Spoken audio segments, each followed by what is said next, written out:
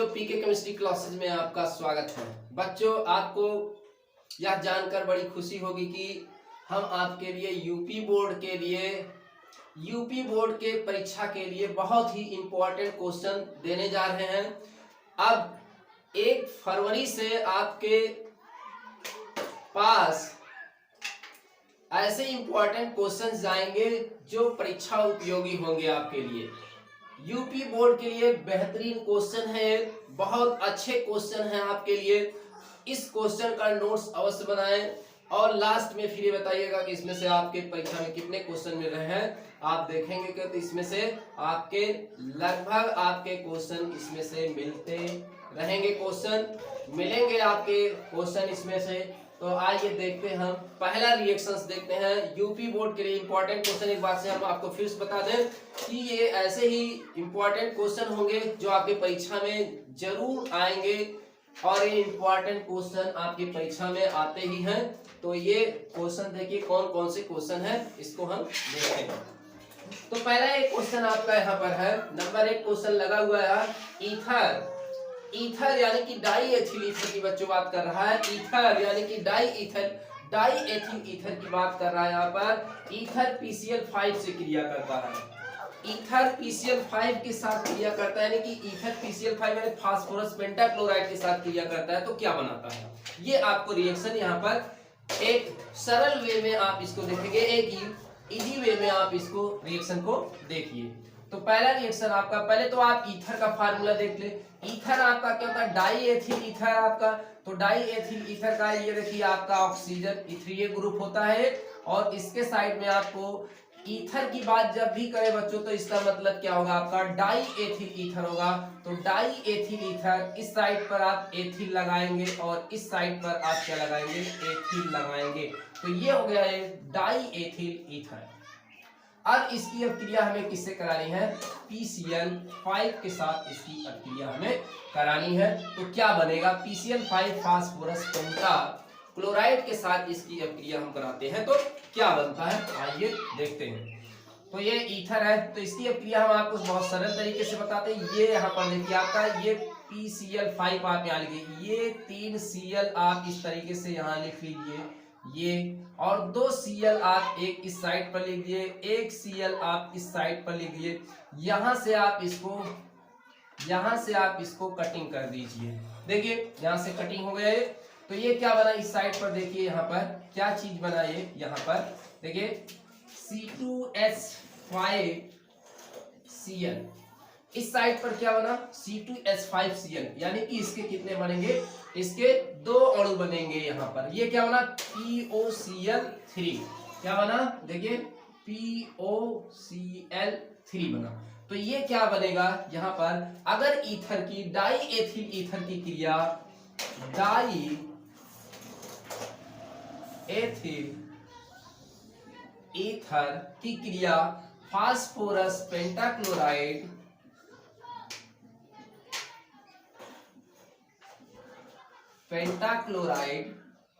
के साथ क्रिया कराई जाती है तो क्या बनता है, क्लोरोईथेन बनता है। क्या बनता है, क्लोरोईथेन बनता है, यानी कि एथिल क्लोराइड बनता है, एथिल क्लोराइड बनता है। तो ये वाला रिएक्शन क्या होगा बच्चों, कंप्लीट हो गया आपका। तो कितना आसान तरीके से रिएक्शन मैंने आपको बताया, ये तरीका आप इसको जो है अपनाएंगे इस तरीके से। तो PCl5 की क्रिया अगर एक डाई एथिल ईथर के साथ होती है तो क्लोरोईथेन यानी कि एथिल क्लोराइड बनता है और साइड प्रोडक्ट आपका फास्फोनिल क्लोराइड। ठीक है, ये चीज ठीक है यहाँ पर बन गया है। तो मेन प्रोडक्ट आपका ये। दूसरा रिएक्शन देखते हैं। दूसरा रिएक्शन कह रहा है, इसमें ईथर अनाद्र जिंक क्लोराइड की उपस्थिति में एसिटल क्लोराइड के साथ क्रिया करता है। दूसरा क्या है आपका,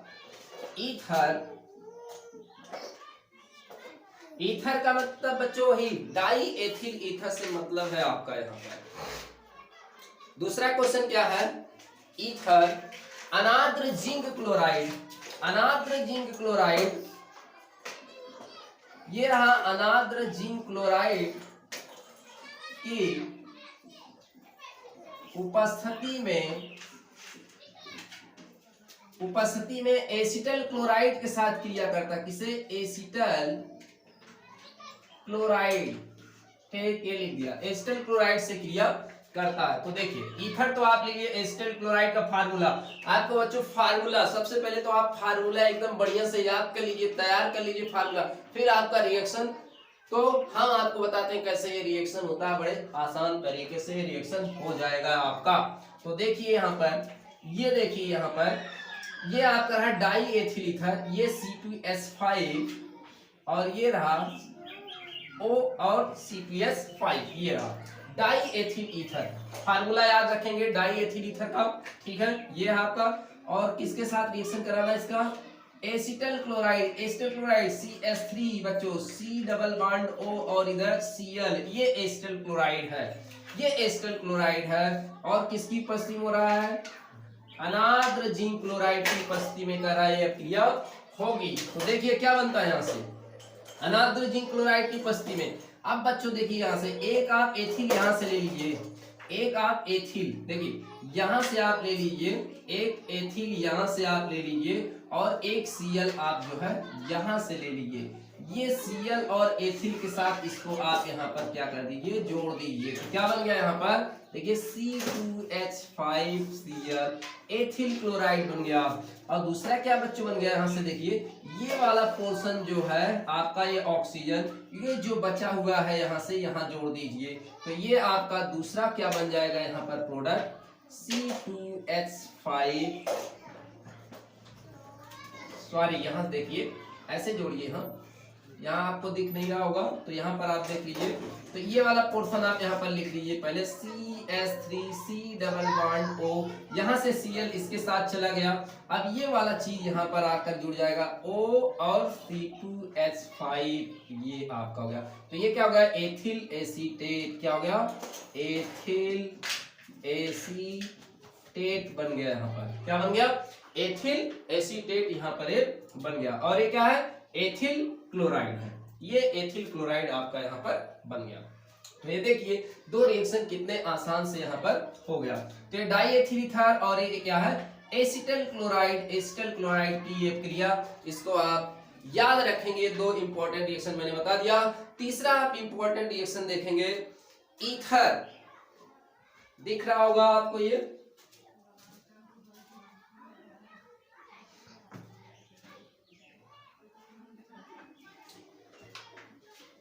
अगला रिएक्शन हम देखते हैं बच्चों। अगला रिएक्शन क्या है? तीसरा वाला रिएक्शन देखते हैं।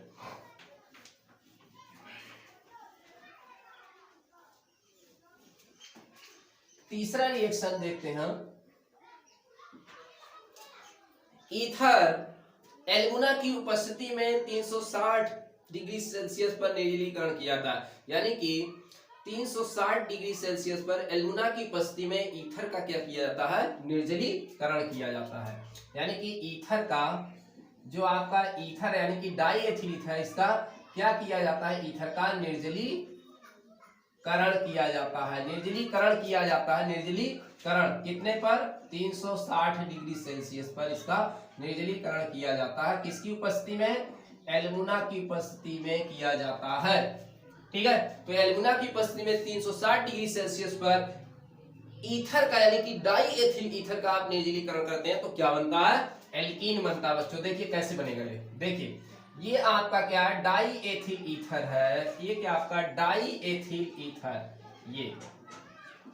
ये इस तरीके से लिख सकते हैं, ये डाई एथिल ईथर और ये एल्युमिना की उपस्थिति में 360 डिग्री सेल्सियस पर, ये हो सकता है, या बच्चों ऐसा यहाँ पर लिख सकता है आपका कंसंट्रेट H2SO4 हो सकता है और 160 डिग्री सेल्सियस पर ऐसा भी कह सकता है। ये है वही चीज बनेगा, एल्कीन बनता आपका। यहाँ से जरा देखिए बच्चों, यहाँ इस एक हाइड्रोजन यहाँ से हम हटा दे रहे हैं, एक हाइड्रोजन यहाँ से हटा दे रहे हैं, एक हाइड्रोजन इसका यहाँ से ले रहे हैं, एक हाइड्रोजन हम यहाँ से इसका ले रहे हैं। अब देखो ये हाइड्रोजन और ये ऑक्सीजन, ये हाइड्रोजन और ये ऑक्सीजन, देखिए जल का अणु निकल गया। निर्जलीकरण में जल का अणु निकलता है, तो ये आपका क्या हो गया? H2O यहाँ से निकल गया। अब देखो यहाँ क्या हो, यहाँ एक बॉन्ड का फॉर्मेशन होगा, एक बॉन्ड का फॉर्मेशन होगा, तो ये एथिलीन बन जाएगा। क्या बन जाएगा? Ethylene. CH2 double bond CH2 के 2 अणु बन जाएंगे, तो ये बन गया आपका एथीन, यानी कि एथिलीन बन गया है। ठीक है, तो देखिए कितने आसान तरीके से रिएक्शन को मैंने कंप्लीट कर दिया। तो इस तरीके से अभ्यास करेंगे इस अपक्रिया को आप। चलिए अगला रिएक्शन देखते हैं, एनिसोल। एनिसोल ये भी ईथर का ही आपका क्या है, ईथर का ही आपका एक कंपाउंड है, एरोमेटिक कंपाउंड है, यानी कि ये मेथिल फेनिल ईथर है आपका। तो एनिसोल, एनिसोल को हैलोजन वाहक, एनिसोल को चौथा आपका रिएक्शन है, एनिसोल को हैलोजन वाहक आपका क्या है, FeCl3, FeCl3 या फिर कह सकते हैं आयरन, आयरन की उपस्थिति में, आयरन की उपस्थिति में ब्रोमीन जल के साथ क्रिया करता है। किसके साथ करता है एनिसोल? किसके? ब्रोमीन वाटर के साथ क्या करता है, अब क्रिया करता है। ठीक है, ये रिएक्शन देखिए, फिर से आप रिएक्शन नाम इसका सुन लीजिए, नोट कर लीजिएगा। एनिसोल जो आपका होता है वो FeCl3 की उपस्थिति में या आयरन की उपस्थिति में ब्रोमीन जल के साथ क्रिया करता है, तो क्या बनता है बच्चों? देखिए बड़ा ही आसान है। तो पहले आप एनिसोल ले लीजिए, एनिसोल आपका क्या था बच्चों, एक आप बेंजीन रिंग बना लीजिए, ये आपका हो गया, और इस पर एनिसोल यानी कि ये आपका फेनिल है, C6H5 है समझिए, और ये O है, और इस पर क्या आपका है, एक क्या है यहाँ पर, ये मेथिल है। देखिए ये आपका है मेथिल फेनिल ईथर, क्या है, मेथिल, और इधर क्या है, फेनिल ईथर। तो बच्चों इसको कॉमन में हम कहते हैं क्या, एनिसोल कहते हैं, इसको क्या कहते हैं, एनिसोल कहते हैं। अब इसका देखिए किसके साथ रिएक्शन इसका होगा, इसका रिएक्शन किसके साथ कह रहा है, ब्रोमीन वाटर के साथ। चलिए ब्रोमीन वाटर Br2 के साथ इसका रिएक्शन होता है। हैलोजन वाहक आपका आयरन हो सकता है, या फिर आप लिख सकते हैं FeCl3 की उपस्थिति में। ठीक है, ये आपका ब्रोमीन वाटर है, इसके साथ क्या हो रहा रिएक्शन। तो ये देखिए ये अधिक में होता है, एक्सेस में होता है बच्चों, एक्सेस में होता है, अधिक में होता है। तो ये कहाँ जुड़ता है, इसके ये पहला स्थान ये 2 पर जुड़ता है, दूसरे पर जुड़ता है, और ये चौथे पर जुड़ता है, और ये 6वें पर जुड़ता है ब्रोमीन यहाँ। तो ब्रोमीन आपको लेना कितना पड़ेगा, 3 लेना पड़ेगा। तो यहाँ से H निकलेगा, H यहाँ से निकलेगा, H यहाँ से निकलेगा, H है ना। चलो H को हम दिखाते हैं, यहाँ से 2 4 6 पर हम H को दिखाते हैं, यहाँ पर H है, यहाँ पर H है, यहाँ पर H है, यहाँ पर दिखाते हैं। और ये इसका रिएक्शन क्या, एक Br यहाँ पर जाएगा, यहाँ पर जाएगा, और H इसके साथ आएगा। तो देखिए ये आप इसको तो बना लीजिए, ये आपका हो गया, और ये देखिए यहाँ पर एक बेंजीन रिंग, और यहाँ पर आपको Br लगाना है, यहाँ पर आपको Br लगाना है, और यहाँ पर Br लगाना है। तो यहाँ क्या हो गया, 2 4 6 ट्राई ब्रोमो एनिसोल। ठीक है, ये चीज बन गया, और प्लस क्या हो गया, 3HBr बच्चों बन गया ये।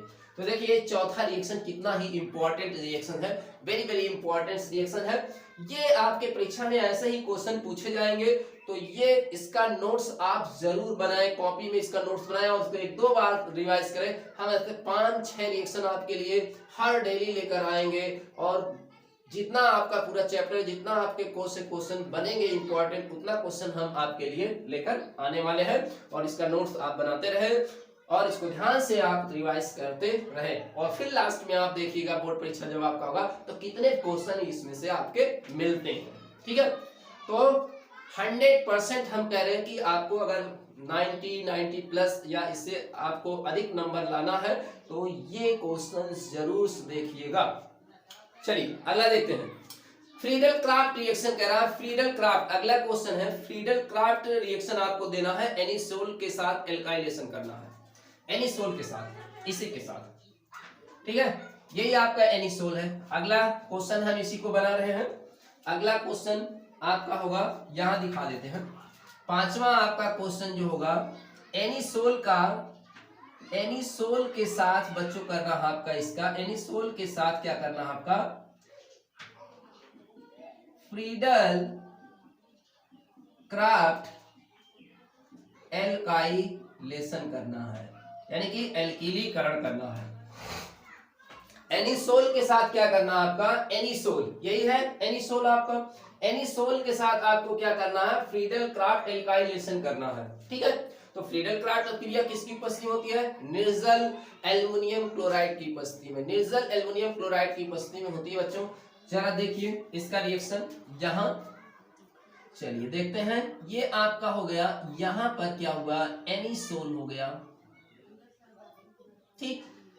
अब आपका एल्काइलेशन में क्या होता है, RX से क्रिया होता है, RX कुछ यहां हम ले लेते हैं, जैसे मेथिल क्लोराइड ले लेते हैं, और ये आपका क्या होगा, निर्जल एल्युमिनियम क्लोराइड की उपस्थिति में अब क्रिया होगी। ये निर्जल एल्युमिनियम क्लोराइड कहां पर ये देता है, ये आपका जो मेथॉक्सी ग्रुप होता है, एल्कोक्सी ग्रुप जो इसके ऊपर है यहां पर लगा हुआ है,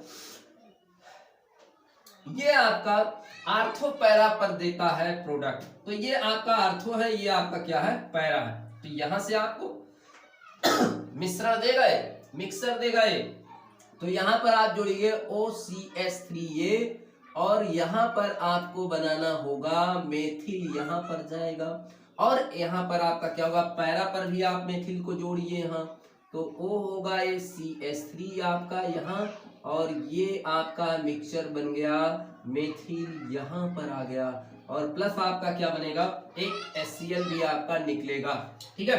अगर बच्चों आप इसको बैलेंस करना चाहते हैं तो ये आपको डबल लगेगा यहाँ, ठीक है, ये आपका डबल लगेगा, ये आपका डबल लगेगा, ठीक है।